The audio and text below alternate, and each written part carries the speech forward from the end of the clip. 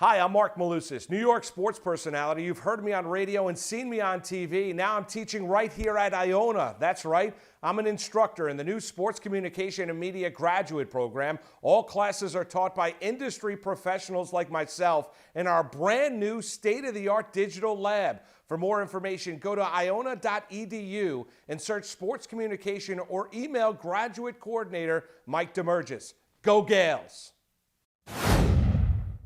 This is going to be a great conversation because there's so many stories to be told, and I just want to share a story. Buck O'Neil was a Negro League ball player, and what a humanitarian. And I had a chance to meet him back in 2006 at Cooperstown, and I think it's relevant to today's times because of the social unrest going on. And Buck was talking to about maybe 300 fans in a room. Mix of people, black, white, you name it. And this gentleman how old was he, Mr. Kendrick, at the time? 97? 94. 94. 94. 94-year-old man, as humble as could be, got everybody in the room to hold hands in a sign of unity. And it was just so heartwarming to see that we have so much in common. And if we just can bond together a little bit and we can unite. And I've never forgotten it. I have the ball signed by Buck O'Neil. And the sad thing is he passed away a few months after that. And again, I thought it'd be apropos to bring Mr. Kendrick in, talk about Buck O'Neil and talk about the greats and how Jackie Robinson went to the majors and Branch Rickey was instrumental in that.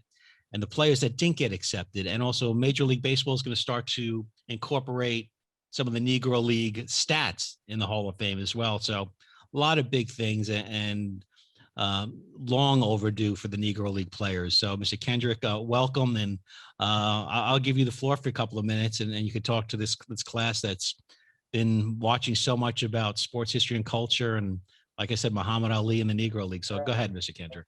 Well, first of all, thank you all so much for inviting me to be part of the class. Been a long time since I've been on the college campus in any way, shape, form, or fashion. So it's kind of cool. And to get a chance to talk about the history of the Negro League. You know, interestingly enough, we just announced this year that we are in the process now of creating an introduction to the Negro League's college course that we hope to have available by the fall. Negro Leagues 101. Bring it in. We'll put it in our curriculum.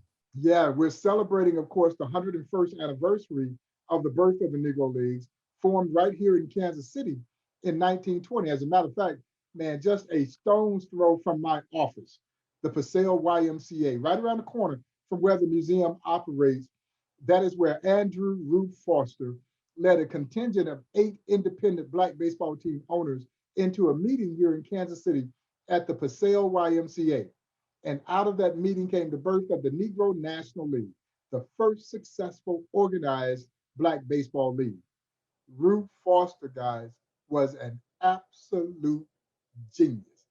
Rube Foster, without question, is the greatest baseball mind this sport has ever seen, and very few folks know who the hell he is, even though he is rightfully enshrined in the National Baseball Hall of Fame. Rube Foster had been, well, put it in perspective. I don't know if there's anyone who had greater impact on this game in so many different areas. Rube Foster had been a great pitcher in the early era of Black baseball. This is prior to the Negro Leagues being formed. As a matter of fact, he earned his nickname Rube because he beat the great major leaguer Rube Waddell in a head-to-head matchup. They nicknamed him Rube, and he was Rube until the day he died. Well, Rube Foster actually invented what we now know to be the screwball. Back then, it was called a fadeaway. And Rube perfected this pitch. So much so that the great major league manager, John McGraw, would sneak Rube Foster into his camp so that Rube Foster could teach Christy Matheson how to throw the screwball. Get out of here. Really? Yes. Oh, Christy Matheson threw the pitch all the way into the National Baseball Hall of Fame that he learned from Rube Foster, but Foster never got credit for it. And so Foster would have gone in the Hall of Fame as a player. He was a brilliant manager. I mean, an amazing tactician and strategist. Rube Foster, y'all, in the 1900s, early 1900s, was known to fine his ball players as much as $5 if you were tagged out standing up. You were supposed to slide. Rube would draw a circle down the first base line and a circle down the third base line. And fellas, if every one of his players couldn't drop a bunt inside that circle, he would fine them. You see, he was adamant about the style of play that became signature of Negro Leagues baseball. Fast, aggressive, daring.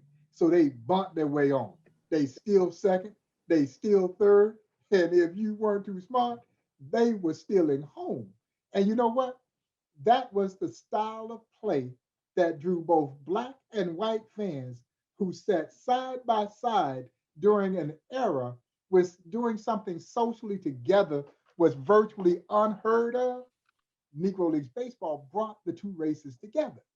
And so you can make a case as a manager that Rube Foster would have gone in the Hall of Fame. And then as this brilliant executive, he would lead that meeting here in Kansas City on February 13, 1920. They walked out of the Paseo YMCA having established the Negro National League, as I mentioned, the first successful organized Black baseball league. The Negro Leagues would then go on to operate amazingly for 40 years, from 1920 until 1960. And as you all can well imagine, that surprises most of the people who come here to see the museum, because most of them can at least relate the fact that Jackie Robinson breaks baseball's color barrier in 1947. But 13 years after Jackie breaks the color barrier, the Negro Leagues finally ceased operations. Why? Because it took Major League Baseball 12 years before every Major League team had at least one Black baseball player. The Boston Red Sox were the last team to integrate in 1959 when they signed a guy by the name of Elijah Pumpsie Green. That would complete the integration cycle. By 1960, the Negro Leagues finally ceased operations because by then, the best young Black stars had moved into the major leagues or into their minor league system, and there was no replenishing system, so the leagues would dissolve. But this was all masterminded by Rube Foster. So he would have gone in the Hall of Fame as an executive. There's not another individual in baseball history that checks all three boxes. Branch Rickey was a great executive, legendary executive. Branch Rickey couldn't play. And so he wouldn't have gotten in as a player. You know, he wouldn't have gotten in as a manager. And so Rube was absolutely exceptional. And when I tell you that he was fining those guys $5 if they couldn't drop that bunt in that circle, or couldn't got tagged out standing up, man, $5 in the 1900s was a lot of money. My dear friend, and Mike just talked about him earlier, my dear friend, the late great Buck O'Neill, who coincidentally was the co-founder of this museum and a legendary Negro leaguer in his own right. Buck was a great first baseman for the Kansas City Monarchs. And Buck told me that when he joined the Kansas City Monarchs in 1938, he was making $100 a month salary and $1 a day meal money. And as you all can well imagine, the young kids would hear $1, they wondering, what in the world could you buy for $1? Well, 38, we're still in the midst of the Great Depression. And so Buck stayed at the Street Hotel. The Street Hotel was the Black-owned hotel right down on the corner, right down the street from where the museum operates now. It's no longer there. They tore it down some years ago. And he said, Bob, I could walk downstairs. I could have ham and eggs and a cup of coffee for breakfast. Said he would skip lunch, only ate 2 meals a day, would skip lunch, but could have a Kansas City strip steak dinner with all the fixings plus dessert. At that time, he smoked, could buy a package of Camel cigarettes, could walk across the street to the Gym Theater and see the matinee, and still have 15 cents to play with out of that dollar. So for $5, they sliding into those bases.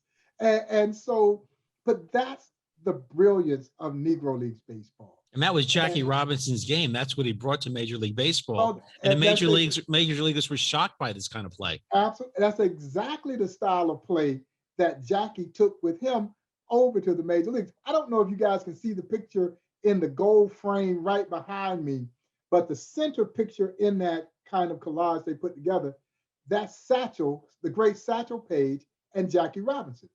And that picture of Jackie is the year that he played here for the Kansas City Monarchs in 1945. Now, a lot of people forget that Robinson's career began in the Negro Leagues. Honestly, y'all, I think people think Jackie just walked out of nowhere and started playing for the Brooklyn Dodgers.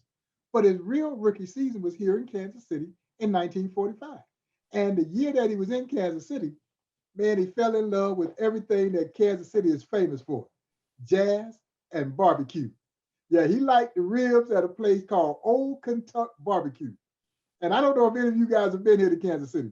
And you know, it has a reputation for having the best barbecue on the face of the planet. And let me tell you, it is true. And this is for a kid came from Georgia, and I thought we knew barbecue. And then I got here to Kansas City. I'm like, oh, this is something different here. And so he liked the ribs at a place called Old Kentucky Barbecue. Old Kentucky Barbecue is now the forerunner of the great Gates barbecue chains of restaurants that are renowned, internationally renowned, that are located here in Kansas City. And of course, he fell in love with jazz. And while New Orleans may lay claim to jazz, jazz got its soul in Kansas City. And so with Jackie only here for a year. As a matter of fact, Jackie disappeared.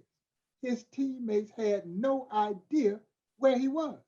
And honestly, when Jackie joined the Monarchs, man, he was just another ball player trying to make the team. There was nothing special in the eyes of those players when Jackie joined. Jackie gets a tryout for the Monarchs in Houston, Texas, and he makes the team. But I can tell you this, had the Monarchs roster not been decimated by World War II, you see, Buck O'Neill, Mike, was serving in the Navy. They had a guy named Willard Brown, nicknamed Home Run Brown by Josh Gibson. So if Josh Gibson called you home run, you must have some power. Willard Brown is in the National Baseball Hall of Fame. He's in the Army. Ted Strong, for you, if any of you guys are fans of our game, Ted Strong was Dave Winfield before we ever knew who Dave Winfield was.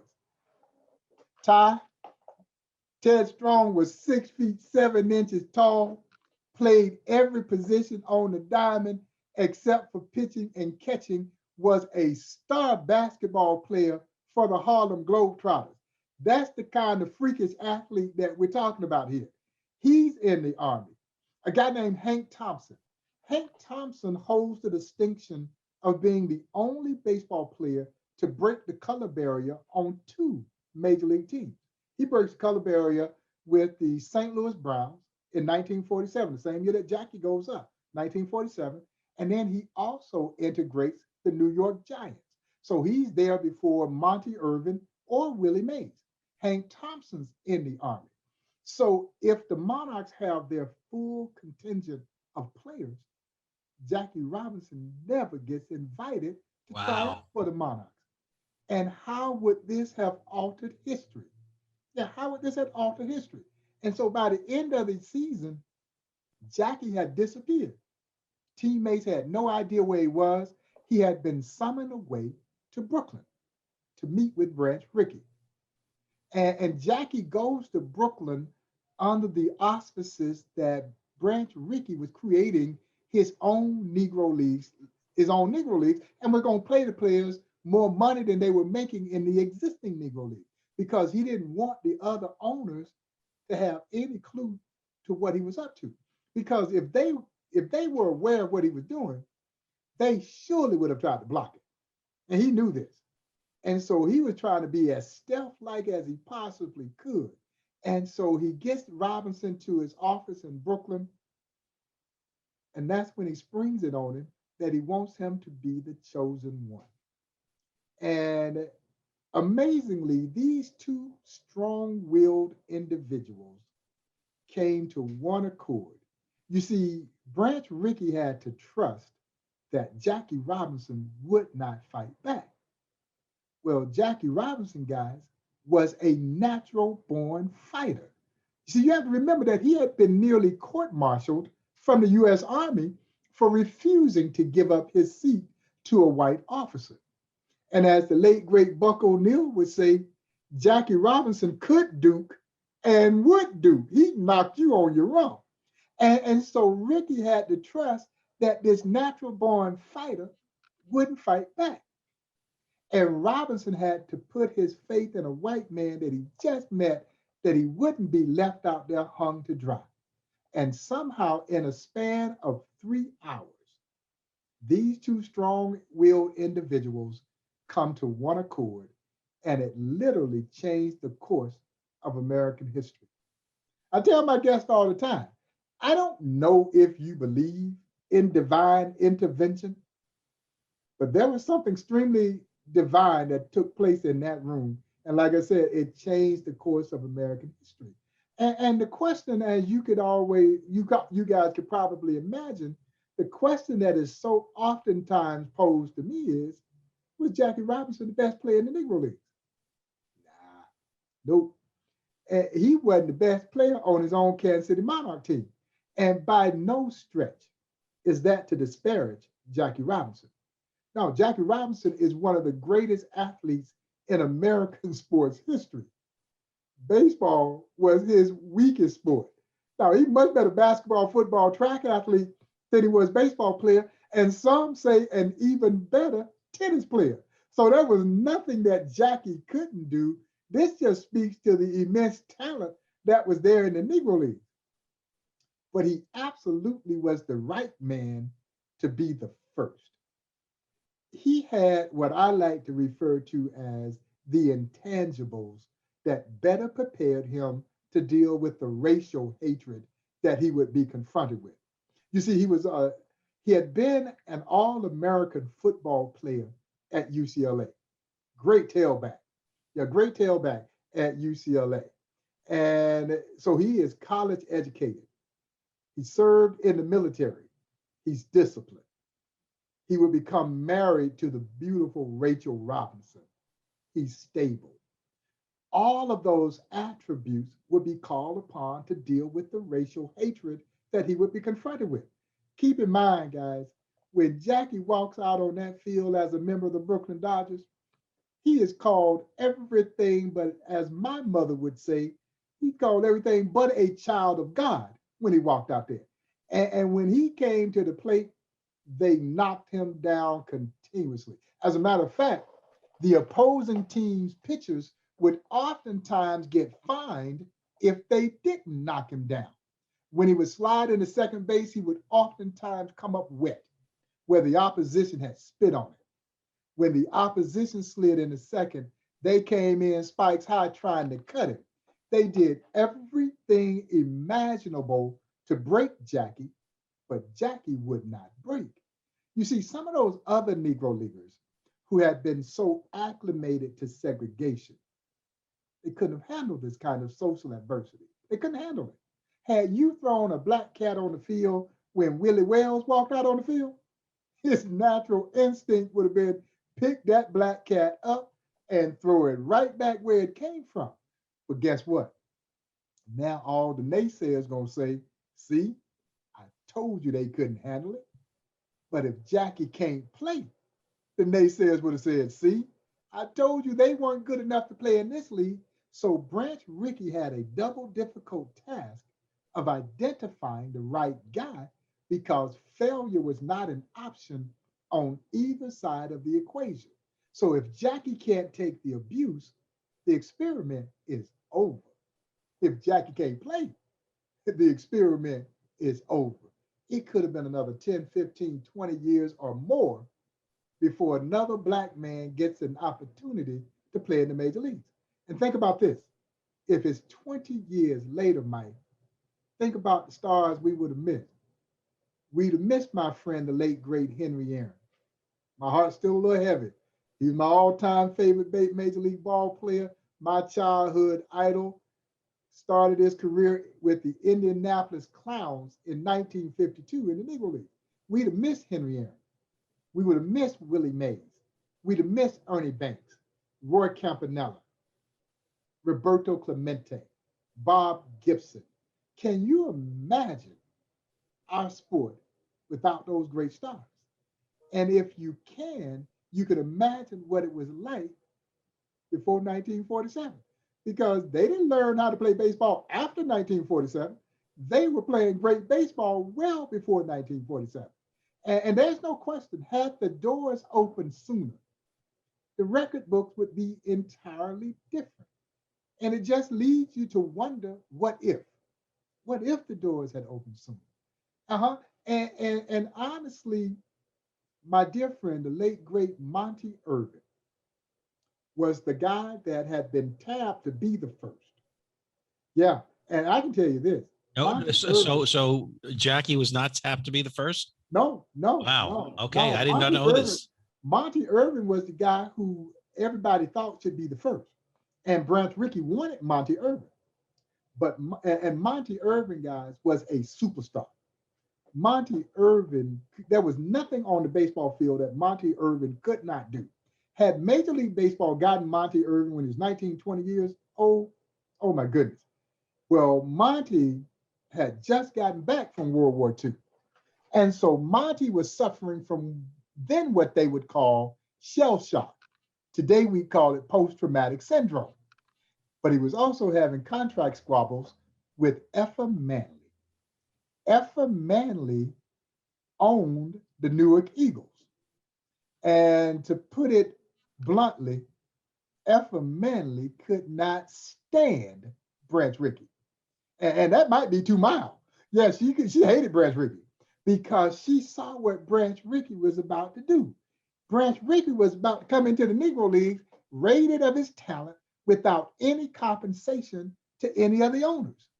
And so she was prepared to fight Rickey. And Rickey, like I said, he didn't need a fight on his hand because he just did not need the other owners to know what he was up to. And so he backed off of Monty Irvin and turned his sights then to Jackie Robinson. And as we talk about the Monarchs and Jackie Robinson, little did J.L. Wilkinson know, and J.L. Wilkinson was the owner of the Kansas City Monarchs. Little did he know that he had just signed a man that was ultimately going to put him out of business. Yeah, because after Robinson breaks the color barrier, this opens up this pipeline now for all this other talent to basically flow out of the Negro Leagues and move into Major League Baseball. And at some point after Major League Baseball had siphoned so much of this talent out, it was inevitable that the Negro Leagues were going to die. And then to rub salt into the wound, Major League Baseball didn't need them now as a minor league system for them. They had their own minor league. So if you're an aspiring black ball player, you just bypassed the Negro Leagues and went right on into the Major Leagues minor league now that all these black players have moved in. And so it ultimately put the Negro Leagues out of business. But yeah, no, that's kind of how it all transpired. And, you know, as great as Jackie was, Monty Irvin would eventually get to the Major Leagues, but he got there when he was 30 years old. And he was still great at 30. Now, he was still great at 30, but he was a shell of himself by that time. But man, what would have happened if you get Cool Papa Bell, you get Josh Gibson, you get a Satchel Paige in his prime? Because, you know, guys, Satchel gets there, they say he was 42 years old. If you believe that he was born in 1906, which I absolutely do not believe. The man that died here in Kansas City in 1982, y'all, he had seen 76 a long time ago. I gotta ask you this, and then I'll get to the questions for the students. Yeah. Did Satchel Paige ever face Babe Ruth, and what was it like? Well, what was the results? Now, according to Buck, my good friend Buck O'Neill, that they did face Babe, and the first time he faced Babe, Babe hit one out on him. And the second time he faced Babe, he struck him out on 3 pitches. You know, but that's Satchel. one of my favorite stories, and I heard this from the horse's mouth, the great Willie Mays. Willie Mays played, of course, for the Birmingham Black Barons in the Negro Leagues. He's 17 years old, patrolling center field for the Birmingham Black Barons. Willie Mays is regarded by most baseball aficionados as having been the greatest player because Willie Mays could do everything. He could beat you every way in which he could be beaten. Well, I'm in San Francisco about 4 years ago. And I'm out there to do some stuff with a little league team who had named some of their teams out the Negro League team, all white little league out in Mill Valley. And so I'm out there and we go by the ballpark this day and Willie is at the ballpark and he's feeling good.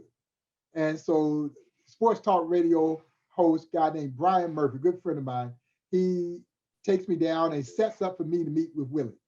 And so we're down in the players' garage of the ballpark. And Murphy says, Willie, did you ever face Satchel? And Willie Mays, y'all, lights up. I mean, the biggest grin on his face. And if you heard Mays talk, he has a very high-pitched voice. He says, yeah, I faced Satchel. I faced Satchel when I was 17 years old. The first time I faced Satchel, I got a double off of him. Well, the old man didn't know who he was. He grooves one, Satchel grooves one, Mays hits it in the gap, gets a double. He says the next time up, Satchel threw 3 straight right by me. I never saw him. And as I'm turning to go back to the dugout, Satchel steps off the mound and says, now go sit down, little boy. And to see Willie Mays just absolutely delight in remembering being struck out by Satchel Paige tells you how great Satchel Paige was. And it still remains an age-old mystery of just how old the old man really was. Baseball says 42. He was likely closer to 52 than 42 when he gets to the Cleveland Indians in 1948. He would help Cleveland win the World Series, Satchel and the great Larry Doby. Larry Doby would integrate the American League just literally weeks after Jackie breaks the color barrier in the National League. And they team up to help Cleveland win the World Series. As a matter of fact, it's the last time Cleveland won the World Series. My Cleveland Indian fans get tired of me saying that. They won it in 1948. And they would not have won it without the old man. Satchel didn't get called up until like July 7th, which we believe is his birthday. He gets called up on July 7th. And he goes 6-1 with a 2.4 ERA his rookie season at age 42, which means he could have been 52 years old at the time. And he was amazing. And so, yeah, as I said, baseball says he was born July 7, 1906, which I absolutely do not believe. Satchel Paige was likely born into the early to mid 1890s in Mobile, Alabama. And like virtually everybody, particularly Black folks of that time, nobody's born in a hospital. Everybody's born at home to a midwife. And so that birth record was kept in the back page of the family Bible. And it might be days, weeks, months, years, if ever, it was taken to the courthouse and actually recorded as an official birth record. So there are a lot of people born in the Deep South who did not know how old they were. And according to Satchel, the goat ate that page out the Bible. So he didn't know. He had no idea. And as Satchel would whimsically pose the question, how old would you be if you didn't know how old you were? Or that age is simply mind over matter. If you don't mind, it don't matter. And that is how he led his life. But guys, in his prime, they clocked his fastball at 105 miles per hour. But what really made Satchel so special, and for those of you who are fans of this game, 105 is pretty doggone special. But what really made Satchel so special was 105 with pinpoint control. He could put it exactly where he wanted to put it. And I'm not just talking about throwing strikes. The catcher set the target. He hit the target. He didn't miss. He didn't warm up in the bullpen like most pitchers do, throwing to the catcher across home plate. You know what Satchel would use? A stick of foil chewing gum wrapper. The catcher would sit the chewing gum wrapper on top of home plate. And wherever the catcher moved the chewing gum wrapper, Satchel right over the top of that chewing gum wrapper. And he was absolutely amazing. I tell my guests all the time, there will never, ever, ever be another Leroy Satchel Paige.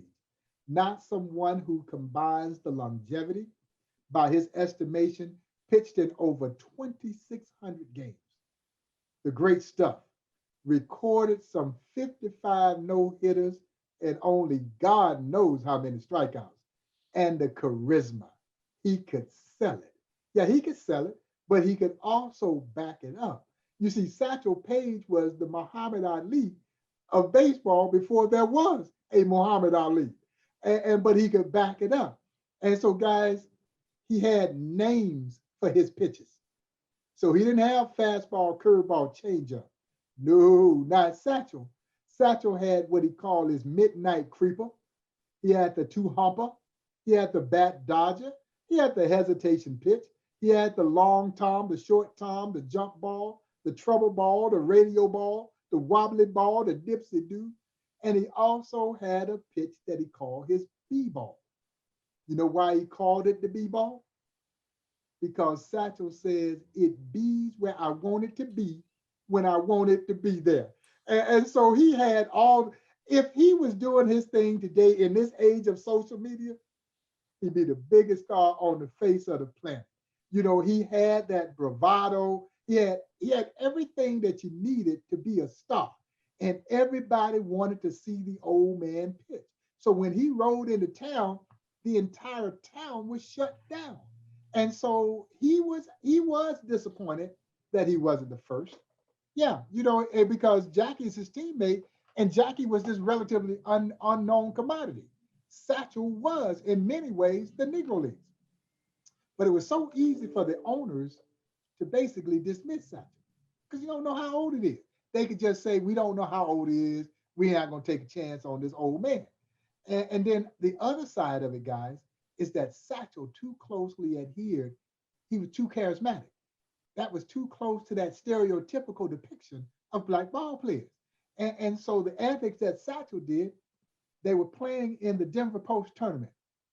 And my friend Buck O'Neill is playing first base for Satchel and the Satchel Paige All-Stars. They're playing an all-white semi-pro team from the Coors Brewing Company. And Buck says the first kid from the Coors team gets into the batter's box. He digs in, and Satchel throws him a fastball. Said the kid swung as hard as he could, topped it, dribbled it down the third base line. Well, it stays fair. He beats it out and gets an infield hit. Well, about that time, Buck says one of the kids from the Coors dugout steps out on top of the dugout steps, and he yells out, "Let's beat him. He ain't nothing but an overrated darky." Well, Satchel famously had a nickname for everybody. His nickname for Buck O'Neill famously was Nancy. That's a whole nother story. We ain't got time to tell you that story. But anyway, he looks over at first base and he says, "Nancy, did you hear that?" Buck said, "Yes, Satchel, I heard him." He said, "Nancy, bring him in." So now Buck is playing first base. He turns and he motions for the outfield to take a couple of steps in. Satchel looks over at first base. He says, "Nancy, bring them all the way in." Honest to God's truth, there were 7 guys kneeling around the mound. Satchel Paige and the catcher, and Satchel strikes out the side on 9 straight pitches. He looks into the Coors dugout and says, "Overrated darky, hey." And of course, by then the kid that said this was embarrassed, and all the folks came out to apologize to Satchel and his teammates. But he was never going to be able to do that kind of thing in Major League Baseball. They just weren't going to have it. And so when he gets to the major leagues, he can't be himself. He had to conform, but he wanted to prove to the world, whether he was 42 or 52, that he could do this as good as anybody. Man, he pitches in Comiskey Stadium. His first start in old Comiskey Stadium in Chicago when he gets to Cleveland. They got 55,000 people in the ballpark. They had to turn away another 12,000 who couldn't get in, wanted to see the old man pitch. He shut out the White Sox 5-0. They go back to Cleveland against the White Sox again. They got 60+ thousand in the ballpark for this game, near almost 70,000. He shuts out the White Sox again, 1-0. Larry Doby drives in the winning run. The old man was off and running. Cleveland won the pennant by 1 game. They don't win it without the old man. And they get there and win that World Series. He was a special kind of player. And he embodied, as you guys would say, the swag. He had that swagger that you needed to, the great ones have it. They all have it. LeBron has it. They all have that kind of something about them. Or as my friend Buck O'Neil would say, you can't expect a thoroughbred to act like a mule. They just don't. and Satchel was a thoroughbred. Anyway, I done run my mouth enough. Y'all got any questions for me? Yeah, no. Listen, some great stories. Baseball could use Satchel Paige right now, and by Yes, him they could. realigning the infield, baseball is doing that now. So he was almost 100 years ahead of his They call time. it a shift now. They just call it a shift now. Exactly. Let's go around the horn here. Let's start things off with Carl. Go ahead, Carl. Thank you so much for taking time to join us today. Really appreciate Carl, it. my pleasure. There's been a lack of diversity, some would say, in baseball now. What would you say would be the key to getting more minorities involved in the game and getting them to play it? Yeah, it's really interesting, Carl, because when we look at baseball, it is perhaps the most diverse of all the professional sports. But what your point is, the fact that there aren't many American-born Blacks playing this game anymore. And we saw it dip from at its height in that 25, 26 percentile to now about 7, almost 8% of the workforce. And there is an issue there. And we've been trying to address and figure out exactly where this disconnect came between the Black community and baseball. This was once our game. We loved this game. We played the game and we went to watch the game. And some point in time after the 1970s or in the 70s, we started to see this detachment.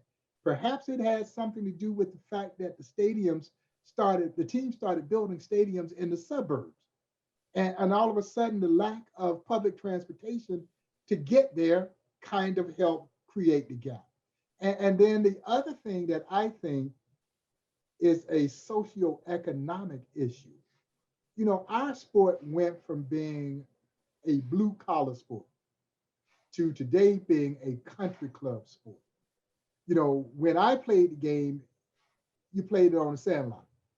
You didn't have to have organized. As a matter of fact, you didn't even have to have 9 kids on each side. You just got the number of kids that were in the neighborhood, you divided them up, and you made your own rules up. So if you hit the ball in Miss Jones' yard, you were out. And that's the way we played it. But now everything is so organized. And when it became organized, it became extraordinarily expensive. And so now you've got to play on these select travel teams and the league fees, and even the equipment is exorbitant. The bats and the shoes, which you can only use to play baseball. You can't do anything else with them. All these things have really priced out urban kids. And so what we've got to figure out, and I think baseball and the Players Association are trying to address this now. And that's a way to bridge that economic gap that has priced out so many kids from having a chance to at least be introduced to the sport. Now, Carl, if you don't like it, then you don't like it. I can understand that. But what we don't want is for there to be kids who can never play this game because they couldn't afford to play this game. And so even behind the museum, we are a partner on a tremendous effort called the Urban Youth Baseball Academy. a wonderful facility. Matter of fact, a $21 million economic development project built to help resolve some of those issues that we're talking about, where it is kids can come and play and they don't have to worry about whether or not they have the resources to play or not, and not only come and play, but learn from some of the best teachers of this game, that are available to them. It has 4 fields, 2 regulation size baseball diamonds, a youth field and a softball diamond, and an indoor training facility, 40,000 square foot indoor training facility. So again, they can learn this game on a year-round basis and have opportunities to grow and be nurtured in our sport. And I think that's really important, because I think baseball, unlike the rest of those sports, is more aspirational than the others. And what I mean is, you got to see yourself playing this game to want to emulate and be what you see. And right now, we've got to figure out how we get, and I think we will. The minor leagues are slowly but surely starting to be more populated with black ball players. And you can project to some extent when they will ultimately get to the major leagues. Now, the thing about baseball is not an exact science. It really isn't. And the minor leagues is not appealing to a lot of kids, to have to go that route. Whereas if you're a draft pick in the NFL, particularly a top 3-4 draft pick in the NFL, you're going to make that team and you're likely going to play. If you're a high draft pick, well, now you only got 2 rounds in the NBA, but if you're a first round draft pick in the NBA, you making the team and you're going to play. But in baseball, doesn't matter. Whatever you be drafted in the first round, you be drafted in the 60th round. It doesn't mean you even going to make it to the major league. And so there's something that not so appealing about that, but baseball needs us. It really does. That game is different when we play it. You saw it in the Negro Leagues. And I think we're going to see it again. I had a chance to go down to Vero Beach, Florida a couple of years ago, where Major League Baseball and the Players Association was putting on an elite baseball camp. Yeah, we saw some thoroughbreds down there. They're coming. So we're getting more kids playing. Now we got to make sure that they can be seen for these college scholarship opportunities, and in hopes that scouts will see them for draft potential. So we're starting to get, lay that groundwork where we're getting more kids playing the game. Now it's about getting them seen. And I think we'll close that gap. I think we'll start to see the leagues more populated, but here's one thing that I always say. And the thing that most baseball fans love about baseball is its tradition. The thing that has hurt baseball is its tradition. They're going to have to learn how to market this game and market their stars so that they become appealing. NBA and NFL got to figure it out. See, but they could take a page card from the Negro Leagues, because the Negro Leagues were never afraid to market their stars. Oh no, it was Satchel Paige and the Kansas City Monarchs. Yeah, it's Rube Foster and his Chicago American Giants, Oscar Charleston and the Indianapolis ABC. Now they knew what star power meant. And those sports, NBA, NFL, are star-driven sports. But baseball, nobody's bigger than the team. Well, now it can't be that way. You got to put your stars out front. Mookie Betts is the best baseball player, in my opinion, on the face of the planet. And very few folks know who he is. That shouldn't be. No, that shouldn't be. No, we should be ashamed to market our stars. And I think we really need to do more of that. Thank you. Okay, we got about 10 minutes left with Mr. Kendrick here. Gil, why don't you go next? Ms. Kendrick, thank you for coming. That was great what you were speaking up about before. My question seems to be a little bit more on the recent side of things. So obviously they're allowing, or they're putting stats from the newer leagues and they're integrating them with the MLB. But I want to know, how long did that type of discussion, or if you were involved at all, how long that discussion took place, and how quickly did it take for you guys to act on it in relation to that? Well, the discussion was likely going on even before I was privy to it. Now, I was privy to it well before the announcement occurred. But in order for the historians to really start to put the team of historians together to pull the necessary quantifiable data that led us to this day, that leads me to believe that they were working on this for quite some time. And the historians have done an amazing job of pulling those numbers together. And the announcement, which occurred on December 16th of last year, was historic. It really was. But I'll be honest, when I first learned about it, I can't say I really felt that way. I had to come to that point because I knew so many of the players. And these were very self-assured individuals. They knew how good they were. They knew how good their league was. And quite frankly, the major leaguers knew how good they were. So they were never seeking validation from anyone. And that was kind of my initial position. I'm glad to say in my old age, I'm able to see the error of my ways. And then I started to look at it, though, for its historical significance. And it was historically significant because what it now does is it recognizes just how important and meaningful those courageous owners who finance these teams and those courageous players who endured tremendous social adversity to play this game, what that really meant both on and off the field. And for historical purposes, this is very significant. And so in many ways, this was atonement, it was acknowledgement, and it was long overdue recognition.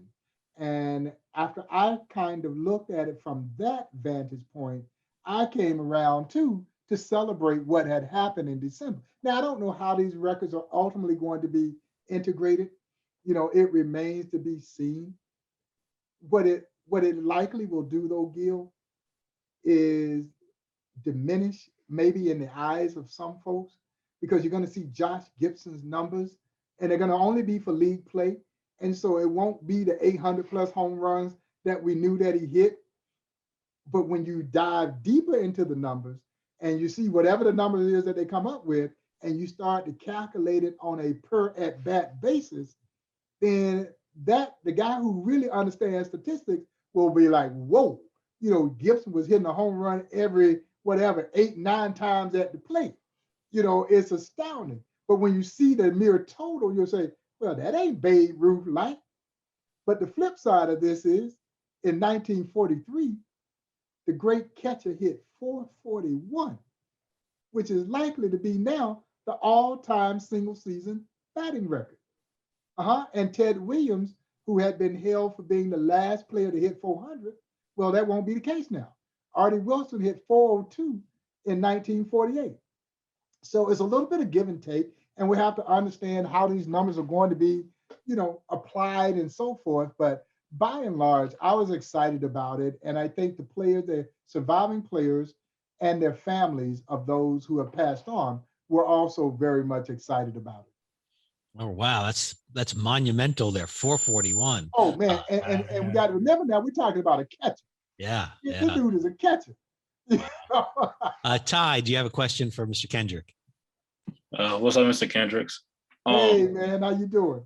Good. I was just wondering, what's your top 5 favorite Black athletes from Negro leagues? Oh, man, I would have to go Satchel Paige, Josh Gibson, Cool Papa Bell, Oscar Charleston, and it's so tough on that 5th one. But I'm going to say a name that you probably hadn't heard, Martin de Higo. Martin de Higo was from Cuba. Nicknamed him El Maestro, the master, because he could do it all. Played all 9 positions, played all 9 of them well. He is the only baseball player in the history of our sport to be enshrined into 5 different countries' baseball halls of fame. He's in the Mexican, Cuban, Venezuelan, Dominican, and in Cooperstown. He bad man. He is a bad brother, but he was from Cuba and not too many people have heard the name before. But I think that might be my top 5. Now, whatever 5 I name, I ain't gonna lie.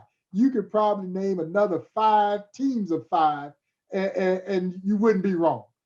I got a question for you. How come the Negro Leagues had such cool nicknames like Mudcat Grant and stuff like that?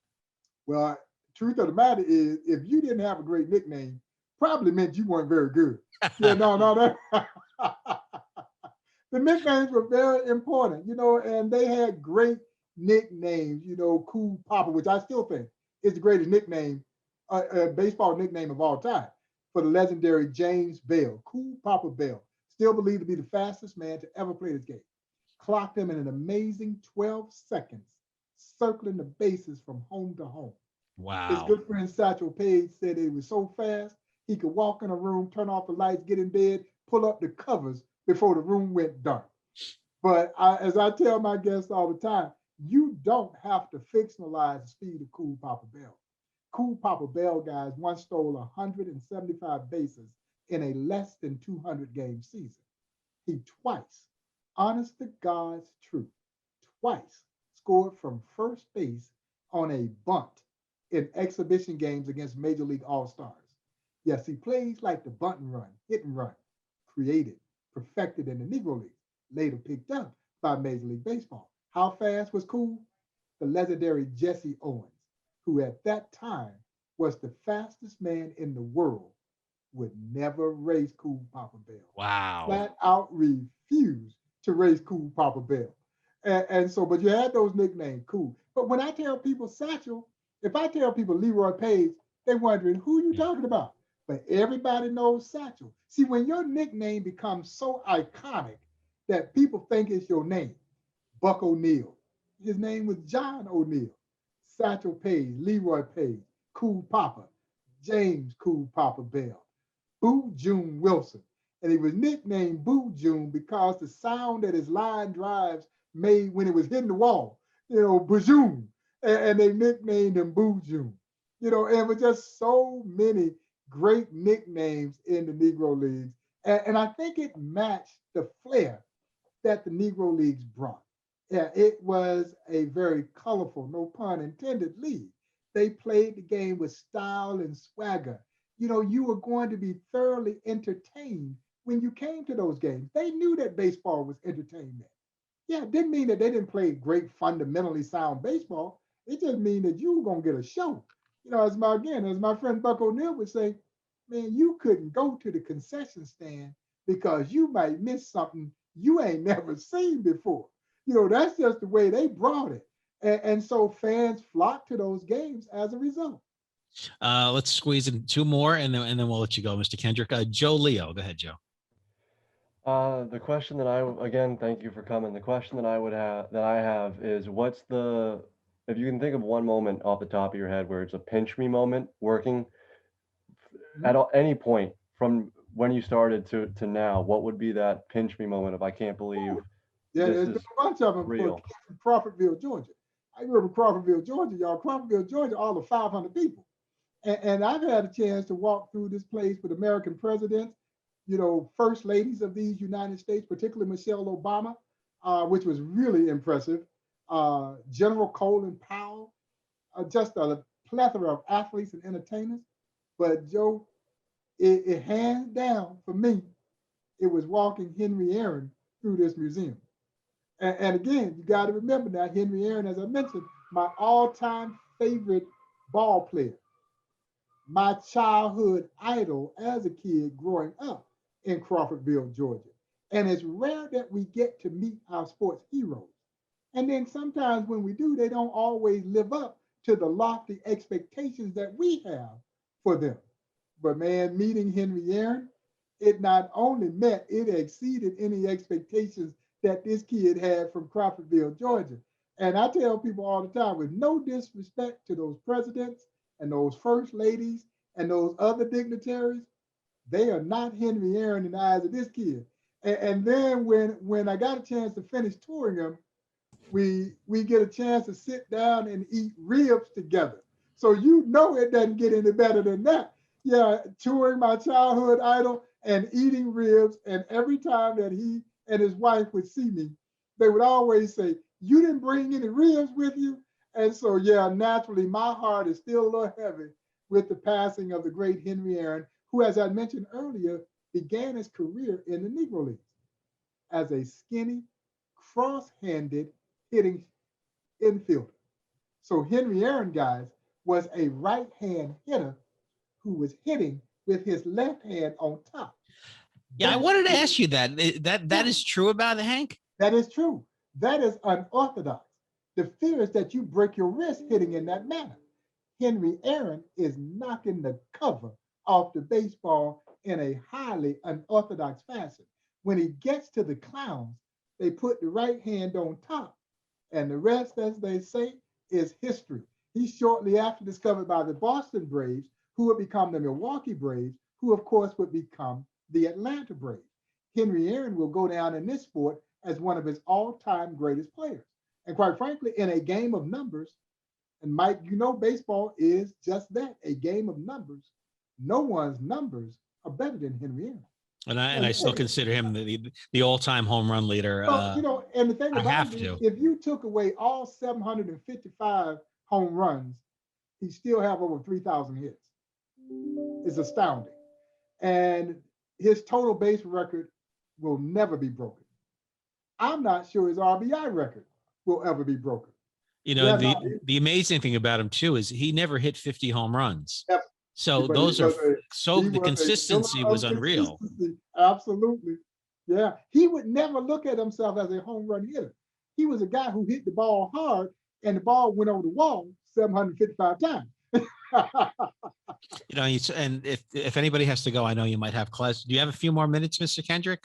Yeah, no, I got a couple more minutes. Okay.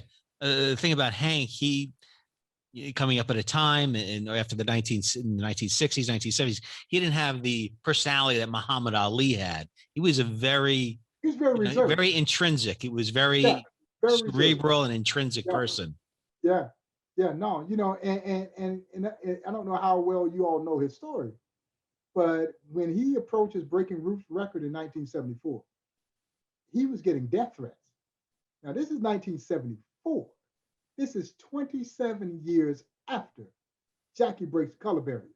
Mr. Aaron must have gotten nearly 1 million pieces of hate mail because you had a black man in the deep South that was about to break a record that no one thought would ever be broken.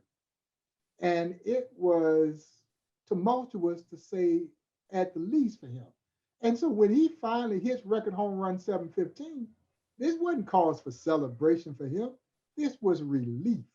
His mindset was like, well, damn, maybe they'll leave me alone now. And it literally took him some 25 years later before he finally got a chance to exhale and celebrate what many thought to be the greatest sports accomplishment of all time. Yeah, it was very dead. Like I said, 1974. We're not talking about 1940s. It's absolute, and yet he was so able to push all of that aside, get in there, stay focused and locked in, and do what he needed to do. And as he's circling the bases, he doesn't know if he's gonna make it around the bases. You know, and if you saw the film, you remember the two kids come out on the field to celebrate with him. Man, that could have gone tremendously bad because Mr. Aaron's bodyguard was armed, and there were armed snipers in the ballpark. If somebody gets trigger happy, you know, this monumental moment in sports history would have taken a different turn. Fortunately, those guys were just there to celebrate. And you know, he goes on. And again, the grace, class, and dignity in which he handled this was just amazing. Hi, I'm Mark Malusis, New York sports personality. You've heard me on radio and seen me on TV. Now I'm teaching right here at Iona. That's right. I'm an instructor in the new Sports Communication and Media graduate program. All classes are taught by industry professionals like myself in our brand new state-of-the-art digital lab. For more information, go to iona.edu and search sports communication or email graduate coordinator Mike Demergis. Go Gales!